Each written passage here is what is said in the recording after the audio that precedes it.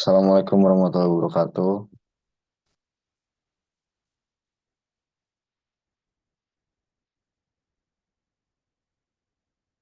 Nah, di sini kami akan mempresentasikan mengenai karakteristik dan juga akuntansi kewajiban. Sebelumnya, perkenalkan, nama saya adalah Daniel Sitan dengan NIM 2021 1211001 serta rekan-rekan saya. Saya Muhammad Syahreza dengan NIM 202 1121211002. Saya Antoni Saldo dengan NIM 2021 121 1012. Oke, di sini ada awalan. Jadi,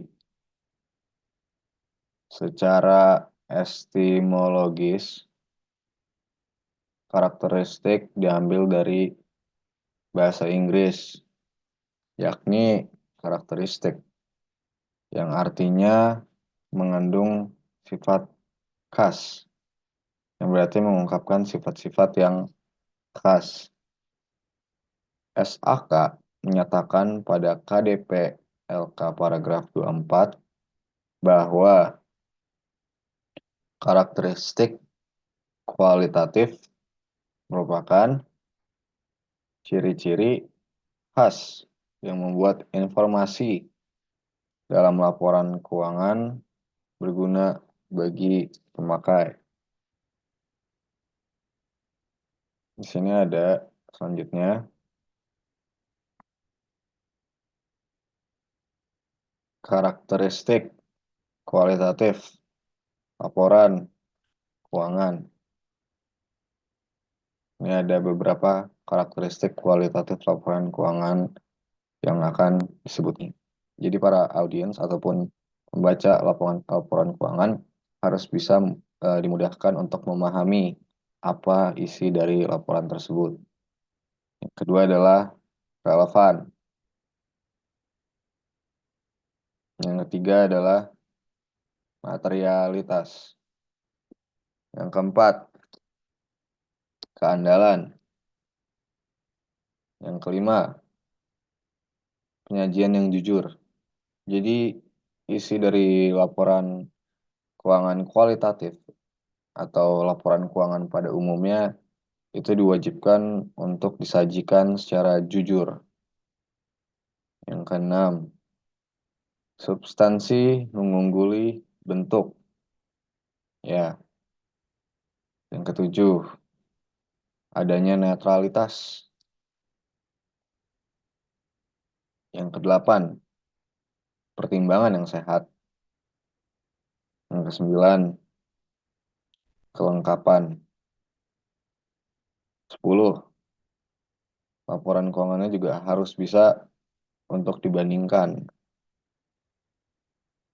Yang ke-11 itu adalah konsisten. Jadi penyajian dan karakteristik dan semuanya itu harus konsisten. Selanjutnya ada menurut SAK eta AP oleh IAI. Ini ada kewajiban diestimasi, ada juga kewajiban kontingensi atau kewajiban bersyarat atau contingent liabilities. Apa sih kewajiban diestimasi? Apa sih contingent liabilities? Jadi, yang pertama dulu ada kewajiban diestimasi. Kewajiban diestimasi adalah kewajiban kini entitas sebagai hasil dari peristiwa masa lalu dan kemungkinan yang terjadi bahwa entitas akan mentransfer manfaat-manfaat ekonomis pada saat penyelesaian dan jumlah kewajiban dapat diestimasi dengan andal. Kewajiban kontingensi atau kewajiban bersyarat atau contingent liabilities merupakan kewajiban potensial yang belum pasti atau kewajiban kini yang tidak diakui. Contohnya, pers dituntut di muka pengadilan untuk apa? Iya, untuk membayar ganti rugi yang sangat bergantung pada putusan pengadilan. Di sini juga ada menurut waktu penyelesaiannya.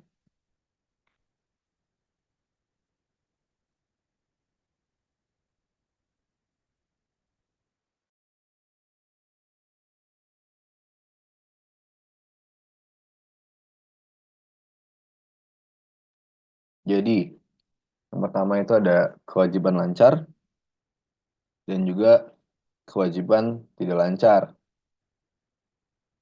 Kewajiban lancar merupakan kewajiban yang diharapkan akan dilunasi dalam 1 tahun atau satu siklus operasi normal pers yang lebih lama. Ada beberapa contohnya juga. Itu ada hutang bank, hutang usaha, hutang pajak, dan hutang dividen. Lalu ada kewajiban tidak lancar. Kewajiban tidak lancar merupakan kewajiban yang jatuh temponya lebih dari 1 tahun buku dan sumber pembiayaannya tidak diambil dari aset lancar. Ada beberapa contohnya, yaitu ada utang obligasi dan juga utang hipotek. Lalu ada kewajiban lancar, sini ada hutang bank.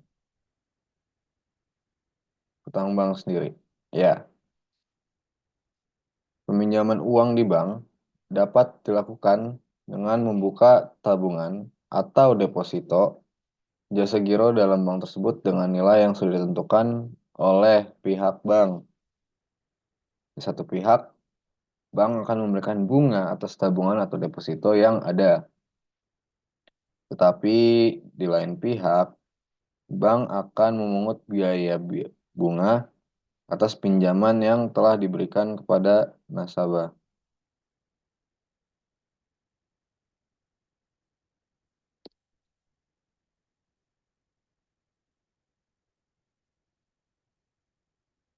Sini ada perlakuan bunga pinjaman. Bunga pinjaman itu dapat dibebankan sepanjang berhubungan dengan biaya untuk 3M penghasilan atau objek PPh non-final, kecuali bunga tersebut dapat dikapitalisasi pada pembelian saham, pembelian tanah, dan masa konstruksi.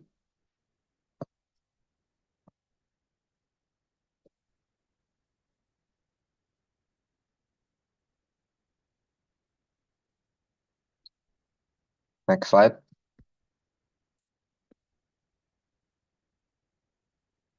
Halo, next slide. Yang yang di slide siapa dah? Oke, selanjutnya menurut SE 46 PJ 4 di tahun 1995.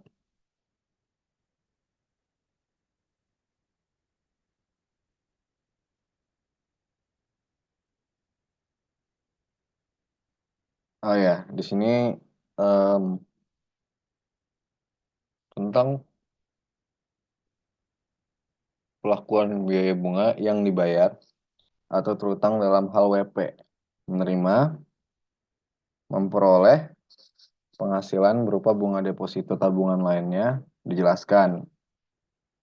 Dapat terjadi bahwa dana yang ditempatkan dalam bentuk deposito berjangka atau tabungan lainnya yang langsung atau tidak langsung berasal dari pinjaman dari pihak ketiga yang dibebani biaya bunga.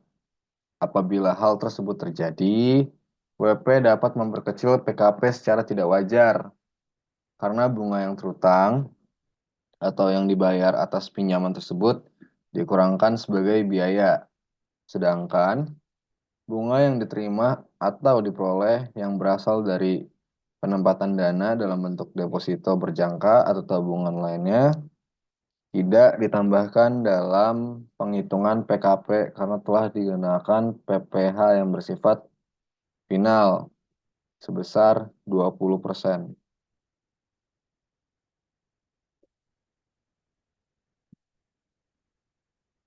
Next slide.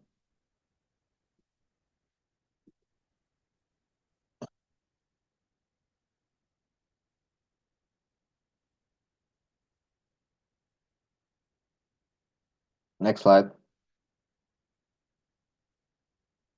Halo? Next slide ya.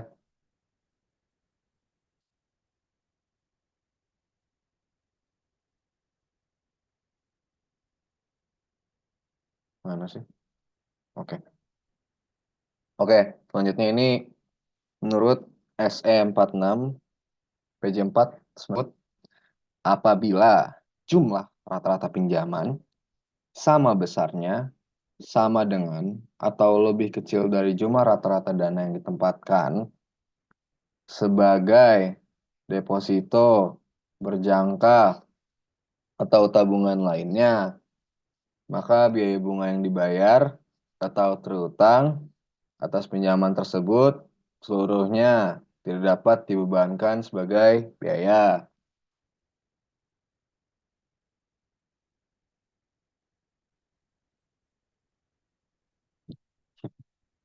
Apabila, ini yang kedua maksudnya. Yang kedua, apabila jumlah rata-rata pinjaman lebih besar dari jumlah rata-rata dana yang ditempatkan dalam bentuk deposito berjangka atau tabungan lainnya, maka biaya bunga atas pinjaman yang boleh dibebankan sebagai biaya adalah bunga yang dibayar atau terutang atas rata-rata pinjaman yang melebihi rata-rata dana yang ditempatkan sebagai deposito berjangka atau tabungan lainnya.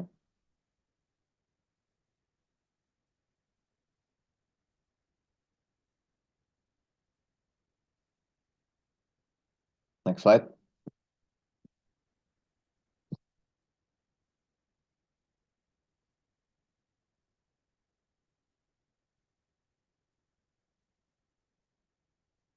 Boleh dilanjut ke next slide ya.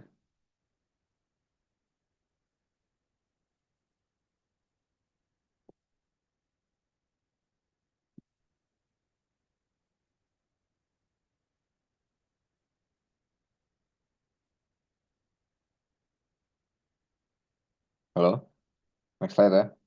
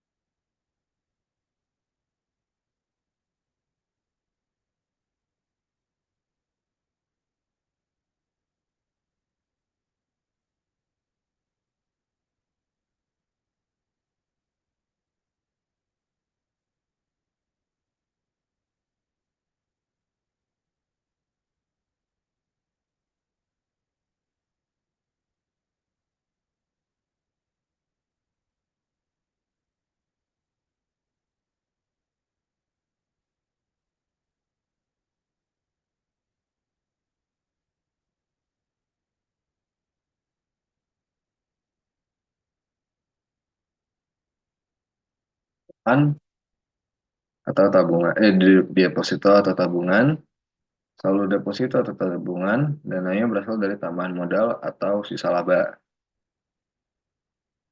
Ada contoh soal ya. Jadi di sini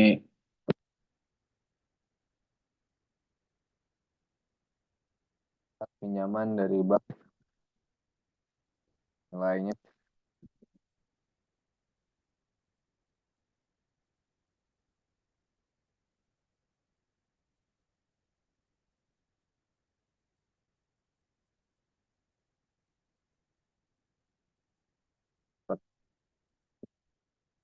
pada bulan Juni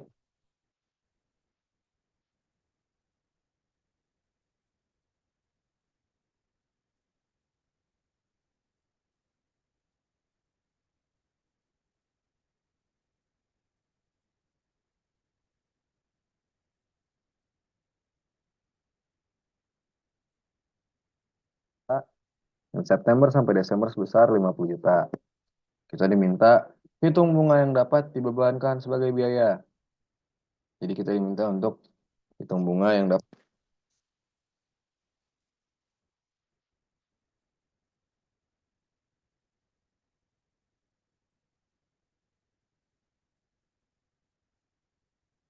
Bisa dilanjut ya. Next slide. Oke. Jadi ini ada rata-rata pinjaman. Untuk di Januari itu pinjamannya 0. Untuk jangka waktu 1 bulan dengan jumlahnya juga 0. Lalu di bulan Februari sampai Mei itu ada pinjaman sebesar 125 juta dengan jangka waktu 4 bulan.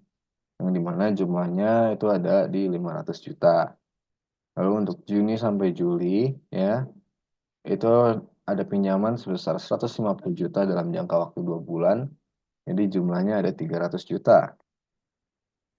Lalu untuk Agustus sampai Desember ada pinjaman sebesar 200 juta dengan jangka waktu 5 bulan yang akhirnya jumlahnya adalah 1 M atau 1000 juta kalau di sini ketikannya. Yang dimana totalnya itu adalah 1,8 miliar ya. Jadi untuk rata-rata pinjamannya selama 1 tahun itu hitungnya cukup simpel 1,8 M ya. Lalu dibagikan dengan 12 bulan yang dimana hasilnya adalah 150 juta memakai perhitungan yang sama. Untuk bulan Januari dalam jangka waktu sebulan itu tidak ada pinjaman ya. Untuk di bulan Februari sampai Maret ada deposito sebesar 20 juta dalam jangka waktu 2 bulan. Akhirnya jumlahkan menjadi 50 juta. Untuk bulan April sampai Agustus depositonya itu sebesar 46 juta dalam jangka waktu 5 bulan. Dijumlahkan menjadi 230 juta. Untuk bulan September sampai Desember deposito sebesar 50 juta dengan jangka waktu 4 bulan. Akhirnya jumlahnya adalah 200 juta. Jika kita totalkan selama setahun itu ada jumlahnya 480 juta. Yang dimana rata-ratanya jika dibagikan dengan 12 bulan adalah 40 juta. Lalu bunga yang dapat dibebankan sebagai biaya adalah 20%. Ya. 20% kita dapat dari mana? Kita dapat dari sini nih. Tingkat bunga pinjaman ya 20%. Kalau dikalikan dengan rata-rata yang sudah kita temukan tadi, yaitu 150 juta dikurang 40 juta. Kalau hasilnya adalah 22 juta. Jangan di-slide dulu ya, pelan-pelan ya.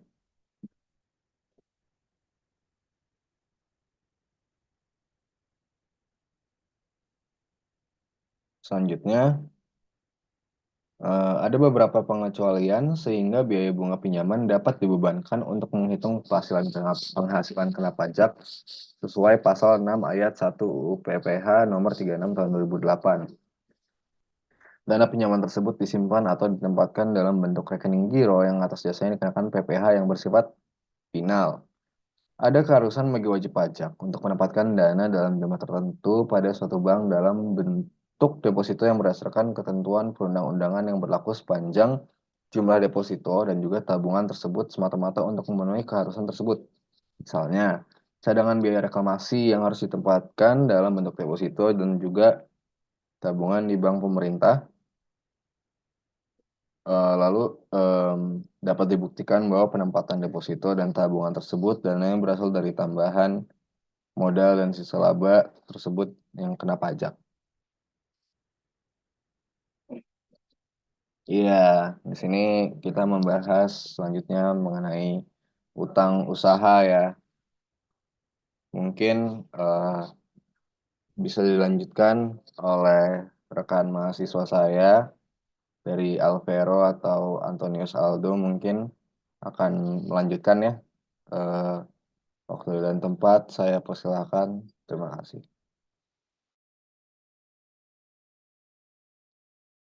Ya, selanjutnya saya akan menjelaskan mengenai utang usaha.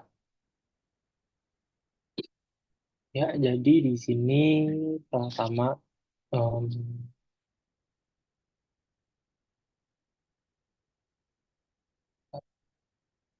ya, oke, jadi di sini saya ingin menjelaskan mengenai utang usaha.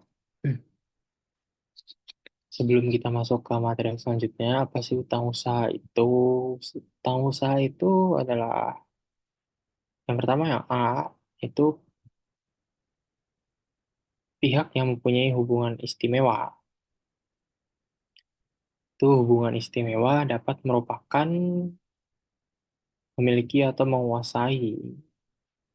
Utang tersebut dapat timbul karena terjadi transaksi seperti pembelian. Nah, kemudian atau pengalihan barang atau jasa, sewa, peminjaman, atau dan penyelesaian oleh perusahaan atas nama yang berhubungan istimewa. Nah, menurut SAK etap, jika ada transaksi dengan pihak yang meminjamkan hubungan istimewa, maka harus diungkapkan sifat dari hubungan tersebut. Nah, serta informasi yang diperlukan tentang transaksi dan saldo transaksi tersebut dengan pihak manapun. Dan saldonya untuk memahami dampak potensial hubungan tersebut terhadap laporan keuangan. Pengungkapan tersebut meliputi next.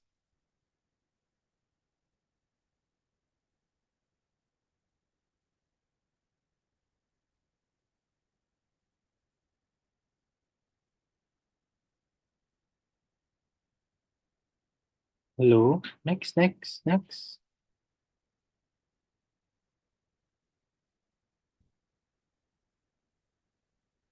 Nah, selanjutnya ini menurut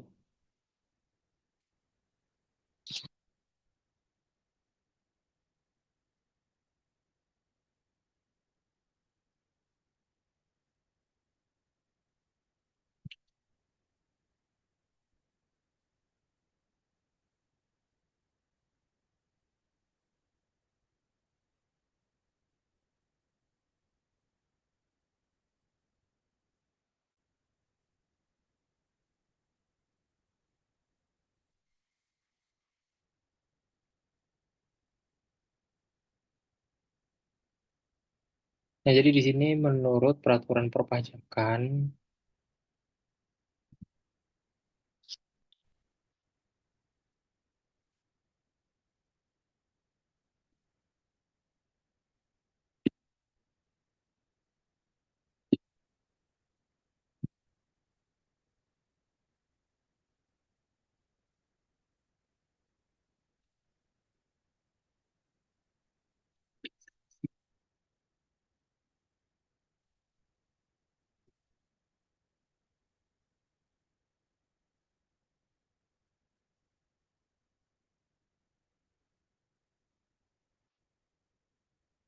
jadi di sini menurut peraturan perpajakan untuk hubungan istimewa, itu penilaian suatu harga wajar menggunakan beberapa macam metode untuk menentukan harga dalam transaksi antara pihak Y mempunyai hubungan istimewa, yaitu yang A, dia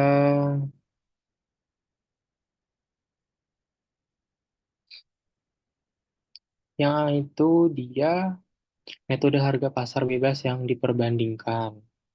Terus apabila harga atau jasa dipasok di dalam suatu transaksi antara pihak yang mempunyai hubungan istimewa dan keadaan yang bersangkutan itu adalah serupa dengan keadaan dalam transaksi di dalam perdagangan.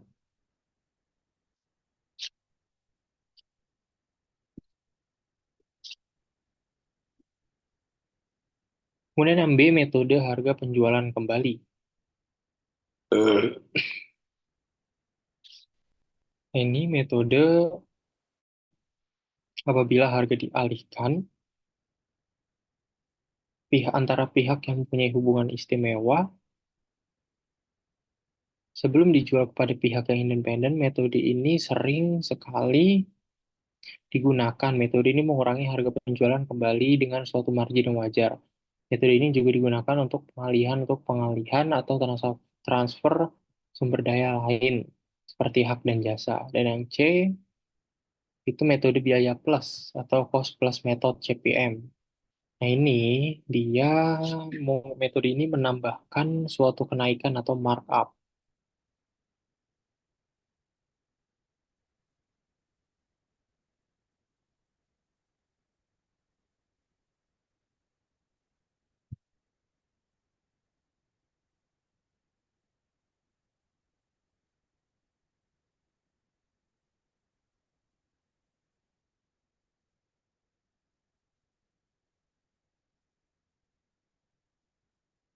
Nah, next merupakan pihak ketiga. Jadi apa sih pihak ketiga? Itu utang usaha muncul karena ada pembelian barang atau jasa yang digunakan dalam kegiatan usaha normal pers. Utang tersebut dapat dicatat berdasarkan metode bruto maupun neto. Metode bruto itu apa? Metode bruto itu utang dicatat sebesar nilai yang harus dibayar. Tanpa potongan tunai, metode neto itu diasumsikan pers akan selalu mengambil diskon, sehingga nilai yang dicatat adalah sebesar nilai yang telah dikenakan potongan tunai. Setiap pembelian BKP akan dikenakan PPN dan juga PPNBM jika ada. Next.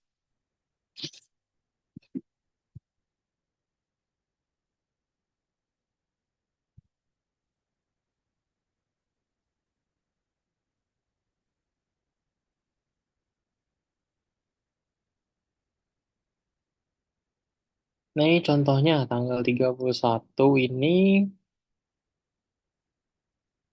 si Pers melakukan pembelian barang dagangan. Jadi sebesar 15 juta dengan utang tersebut dilunasi tanggal 28. Jika pencatatan dilakukan dengan metode bruto, maka jurnalnya sebagai berikut. Nah, jadi untuk tanggal 31 ketika dia melakukan pembelian barang, ini pembelian, terus debitnya pajak masukan, kreditnya utang usaha. Terus pada tanggal 28 ketika utangnya dilunasi, debitnya utang usaha, kreditnya kas atau bank sebesar 16.500 karena dikenakan PPN 1,5. Nah, jika pajak keluaran lebih besar dari pajak masukan, maka selisihnya merupakan PPN yang harus dibayar oleh pajak keluaran, kreditnya pajak masukan, dan juga ada terdapat kas atau bank. Next.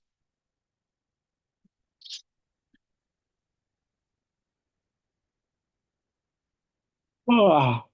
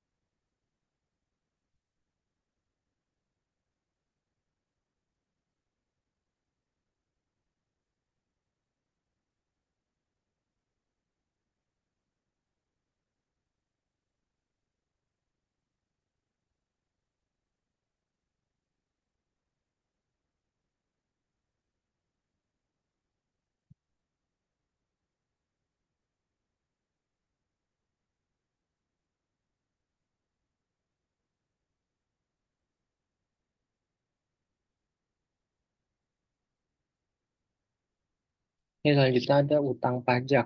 Jadi utang pajak ini dia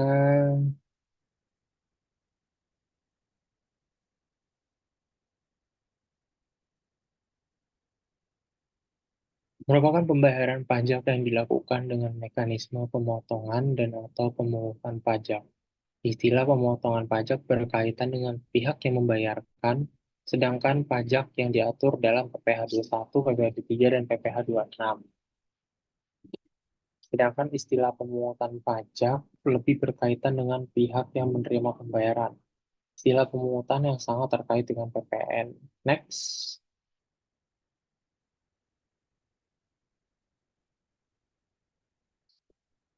Selanjutnya itu PPh satu. Jadi PPh satu ini dia merupakan PPh yang dipotong atas penghasilan sehubungan dengan pekerjaan, jasa, atau kegiatan yang diterima atau diperoleh WPOPDN. Pemotongan pemotong PPh satu adalah satu pemberi kerja, dua bendahara atau pemegang kas pemerintah, tiga dana pensiun, empat orang pribadi yang melakukan kegiatan usaha atau pekerjaan bebas, badan yang membayar, dan yang terakhir penyelenggara kegiatan. Nah, penghasilan pegawai tetap ini dia yang dipotong setiap bulan adalah jumlah pengisi bruto. Jadi, kalau dikurangi dengan biaya jabatan, iuran pensiun, kemudian iuran pensiun yang dibayar oleh sendiri pegawai, termasuk iuran THT atau JHT yang dibayar sendiri oleh pegawai, dan PTKP. Besarnya biaya jabatan maksimal mulai tahun 2009 itu sebesar 500.000 per bulan atau 6 juta. Next,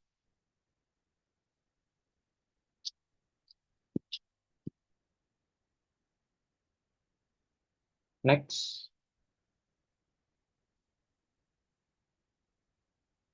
Selanjutnya ini adalah besarnya PTKP. Nah, besar PTKP ini kita lihat sendiri ada WP sendiri, tambahan untuk WP kawin, terus tambahan untuk penghasilan istri digabung, terus tanggungan, terus berlaku mulainya kapan. Nah, jadi di sini dia itu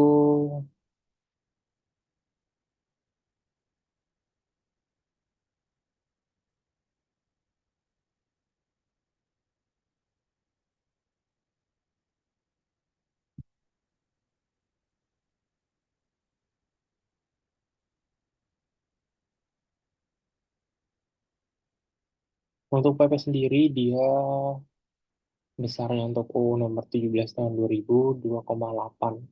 Tambahan untuk PP kawin 1,4, terus tambahan untuk penghasilan istri digabung 2,8 juga, terus tanggungan itu maksimal 3 anak 1,4. Next.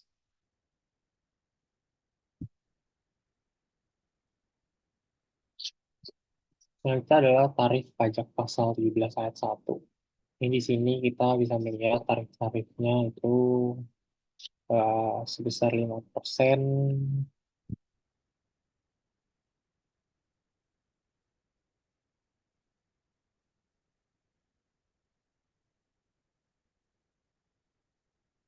Kemudian 10%, kemudian 15%, kemudian 25, 30, 35%.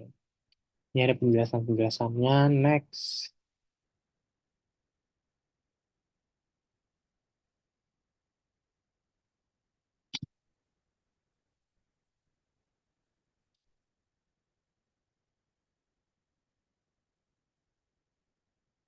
Next.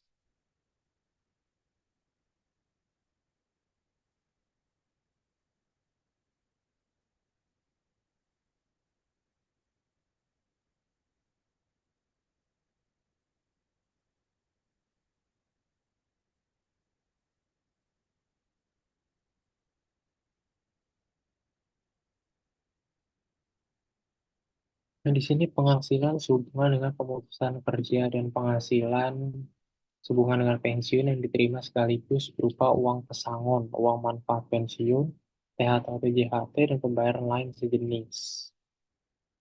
Dikarenakan pemotongan PPh pasal 21 yang bersifat final.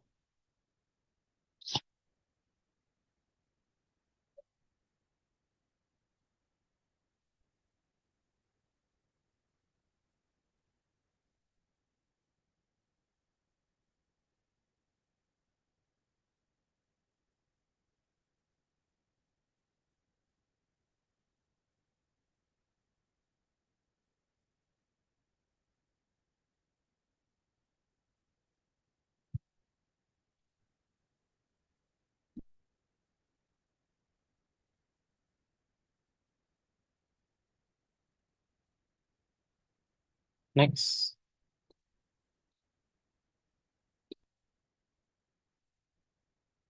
Nanti di sini ada PPh tiga utang PPh tiga merupakan PPh tiga yang telah dipotong oleh pihak yang membayarkan, meskipun belum disetorkan ke kas negara pada akhir bulan pemotongan. Berdasarkan UU PPh nomor 36 tahun 2008, pasal 3 ayat 1A besarnya pungutan dibedakan antara WP yang ber-NPWP dengan WP yang tidak ber-NPWP. Tarif WP yang tidak memiliki NPWP lebih tinggi 100% daripada tarif yang diterapkan terhadap WP yang dapat menunjukkan NPWP. Next.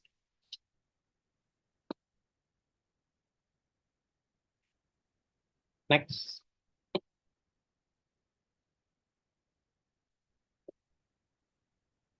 Yaitu ada dividen. Nah, ini merupakan bagian laba yang diperoleh oleh pemegang saham atau pemegang polis asuransi atau pembagian sisa hasil usaha SHU koperasi yang diperoleh anggota koperasi, termasuk dalam pengertian dividen sesuai dengan penjelasan.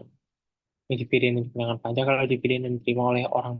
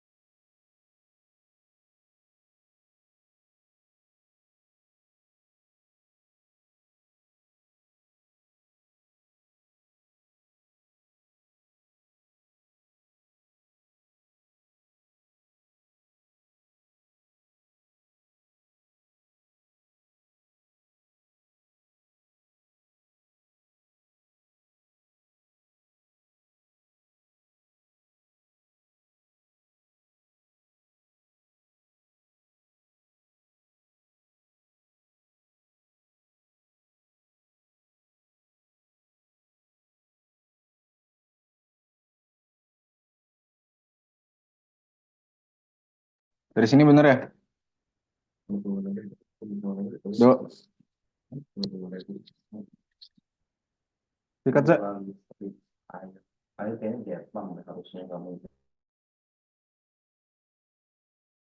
Hah? Ini gue apa bukan? Iya, Ini Pepek tuh elu. Gue nggak tahu, bodoh. Karena, oke.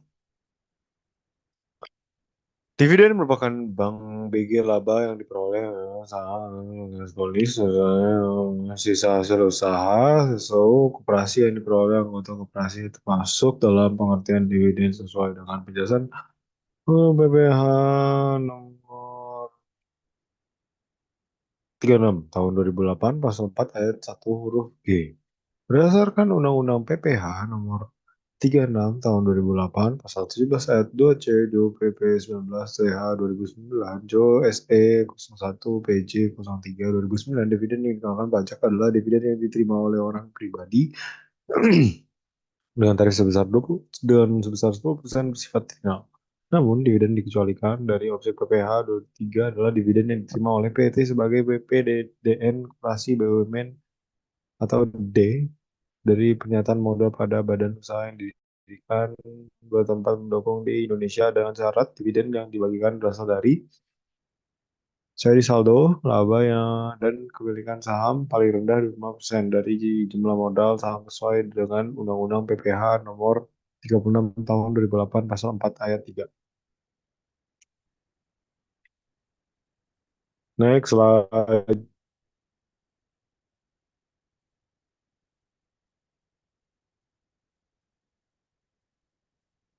Next slide cuy, next slide cuy.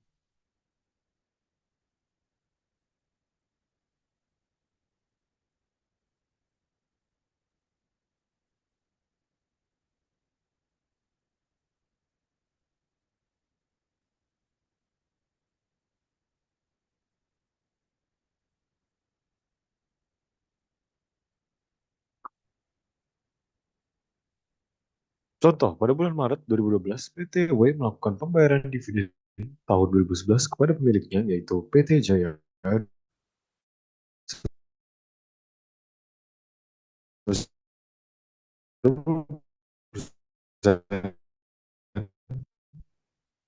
PT sebesar 10%, PT 15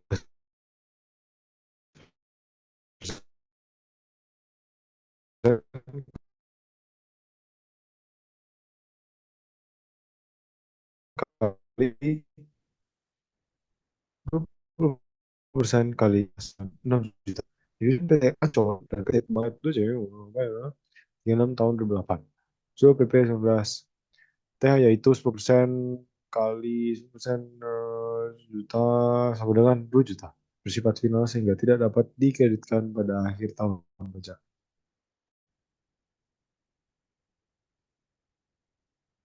Ya, gue sampai mana dah? Sampai jam berapa?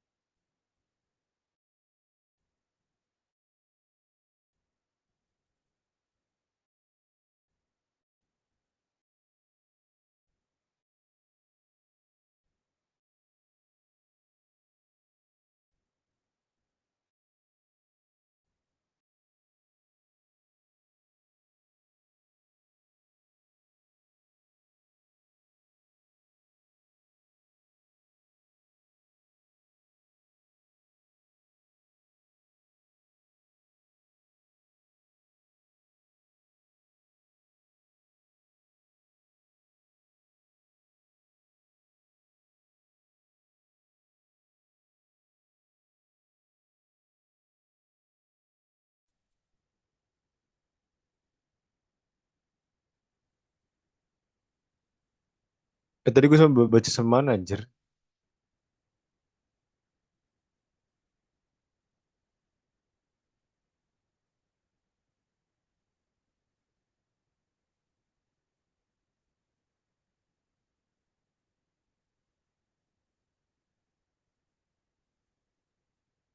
Next slide, next slide.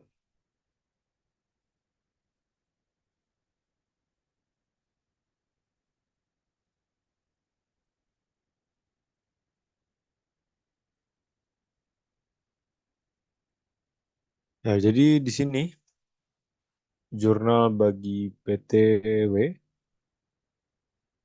ya, Maret 2012 keterangannya itu ada dividen. PT Jaya mempunyai 40 juta debit. PT Ancol juga 60 juta. Dividen juga 80 juta. Dividen masyarakat juga 20 juta. Di debit semua. Nah, yang dikredit itu utangnya sebesar 6 juta. Terus ada PPh finalnya sebesar 2 juta dan kas bank sebesar 192 juta. Next slide, next slide.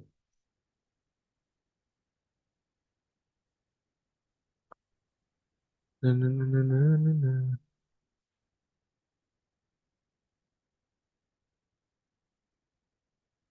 Next slide cuy, next slide cuy.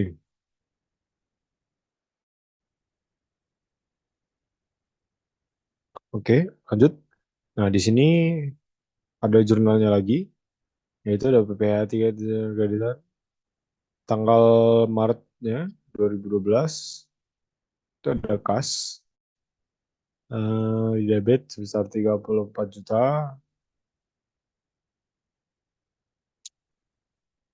PPh yang dibayar muka itu sementara pembukaan untuk PT Ancol jurnalnya ada Maret kasnya 60 juta, terus investasi dalam saham PTW itu 60 juta di kredit.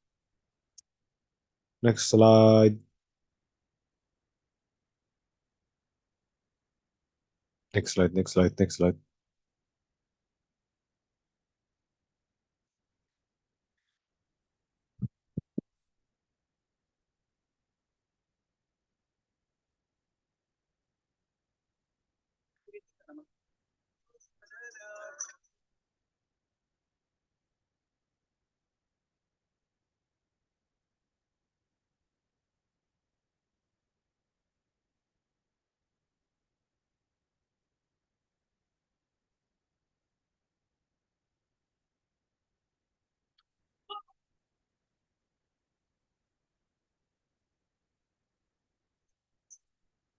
Oh, next slide deh.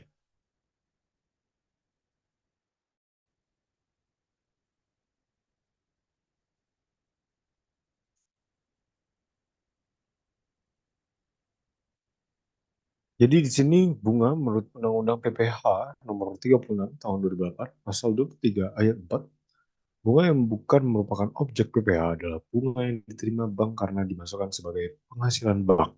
Contoh, pada bulan April 2012, PT W membayar bunga pinjaman kepada Bank Mandiri sebesar 70 juta dan kepada PT Sinar atau pemilik memiliki NPWP sebesar 40 juta. PPh 23 yang harus dipotong, disetorkan, dan dilaporkan atas bunga ke Bank Mandiri. Tidak dipotong PPh 23 karena bunga yang diterima bank bukan objek pajak PPh 23. Sementara itu, bunga ke PT Sinar dipotong PPh 23 sebesar 15% kali 40 juta, sama dengan 6 juta.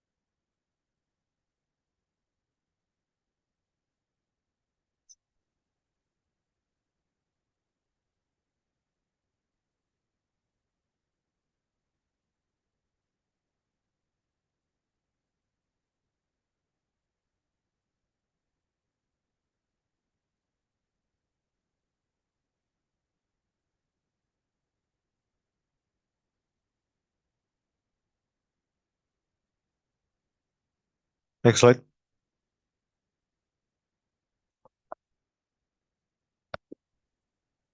Di sini ada jurnal PTW tadi pada tanggal April 2012 itu biaya bunganya di debit sebesar 110 juta dan di kredit itu ada utang PPh dan kas bank yaitu 6 juta, utang PPh-nya dan kasnya itu 104 juta. Sedangkan di jurnal PT Sinar itu pada tanggal April 2012 kasnya itu 34 juta di debit, PPh-nya 23 itu ada 6 juta di debit.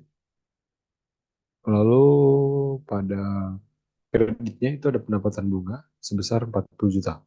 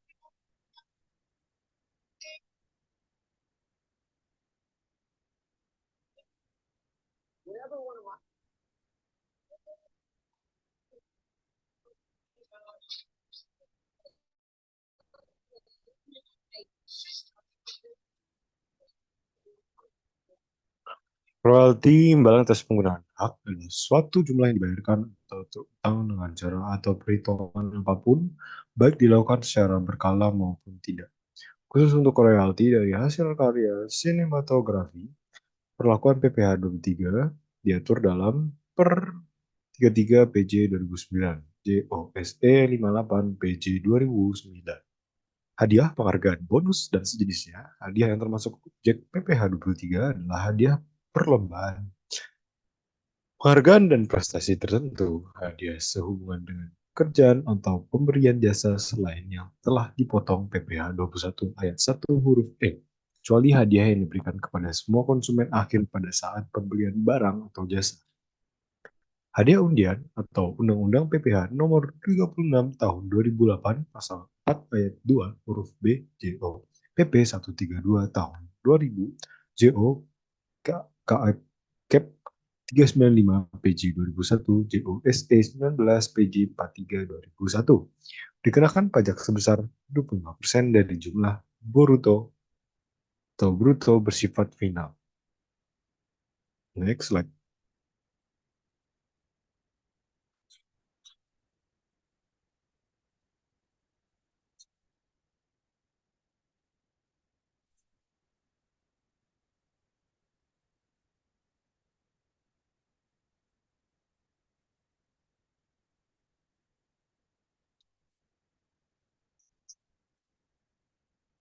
Sewa mulai dari 1 Januari 2009, sewa kendaraan angkut darat dan sewa harta lainnya dikenakan PPh 23 sebesar 2% untuk tahun 2007 dan 2008. Per 70 PJ 2007, sewa kendaraan angkut darat dengan persentase penghasilan neto sebesar 10% dari penghasilan bruto, sewa harta lainnya dengan persentase penghasilan neto sebesar 30% dari penghasilan bruto. Persewaan tanah dan atau bangunan dikecualikan dari PPh 23 karena telah dikenakan PPh pasal 4 ayat 2 sesuai PP 5 tahun 2002 JO KMK 120 KMK 03 2002 JO KEP 2002 PJ 2002. Next slide.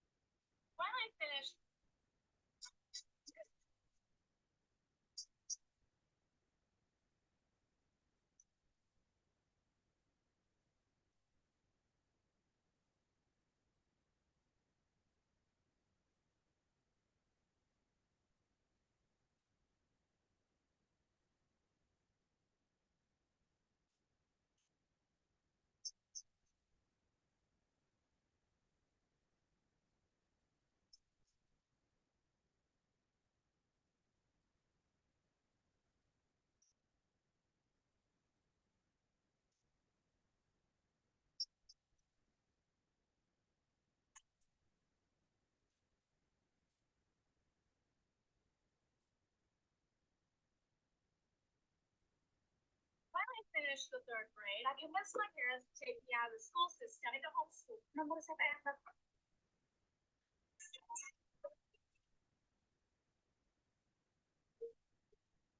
Who are you in school? Listen, we never seen that year-old go. She said you was 12.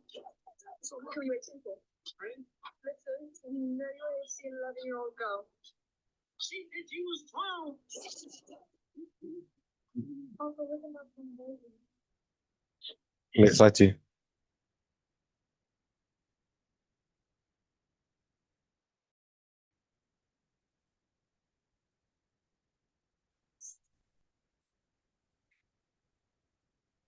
Imbalan jasa menurut Undang-Undang PPH Nomor 36 Tahun 2008 Pasal 23 Ayat 1 huruf C, imbalan jasa, jasa teknik, jasa manajemen, jasa konstruksi, jasa konsultan, dan jasa lain ditetapkan oleh DJP. Selain yang dipotong PP 21 PMK 244 PMK 03 2008 JOSE 53 PJ 2009 mengatur mengenai imbalan jasa yang menjadi objek pasal 23 ayat 1 huruf C UU PPH nomor 36 tahun 2008 dikenakan PPH sebesar 2% kali penghasilan bruto tidak termasuk PPN.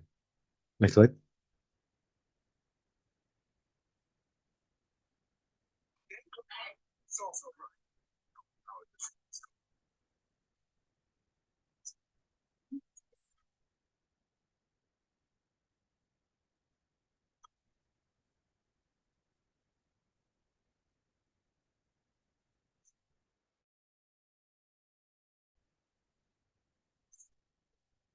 Fix that.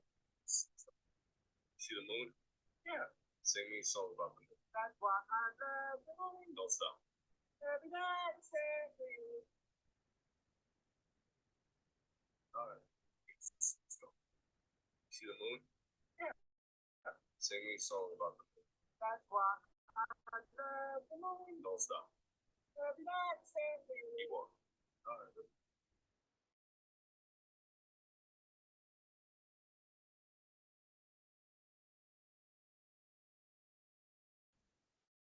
Keep on.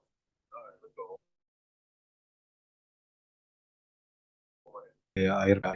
Utang dividen. Utang wesel merupakan suatu surat utang disertai dengan dokumen perjanjian. 7. Pendapatan diterima di muka. Penghasilan yang diterima dari penjualan barang atau penyerahan jasa yang diterima sebelum terjadinya penyerahan barang atau jasa maka akan dilaporkan dalam laporan kewajiban karena setelah pemberian jasa atau penjualan barang tersebut menerima uang muka maka akan timbul kewajiban baginya untuk menyerahkan barang maupun jasa di kemudian hari. Next slide.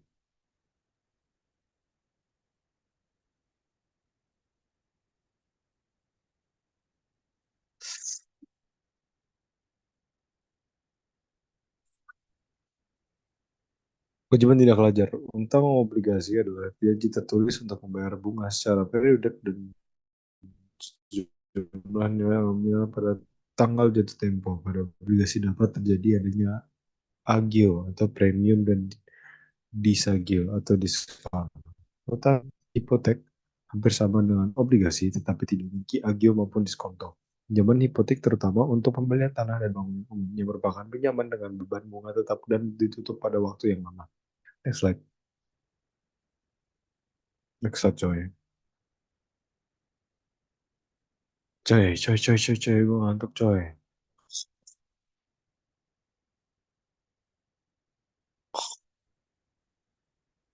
Sekian Sekian. presentasi Terima dari kasih. kami. Terima kasih atas atensi dan waktunya.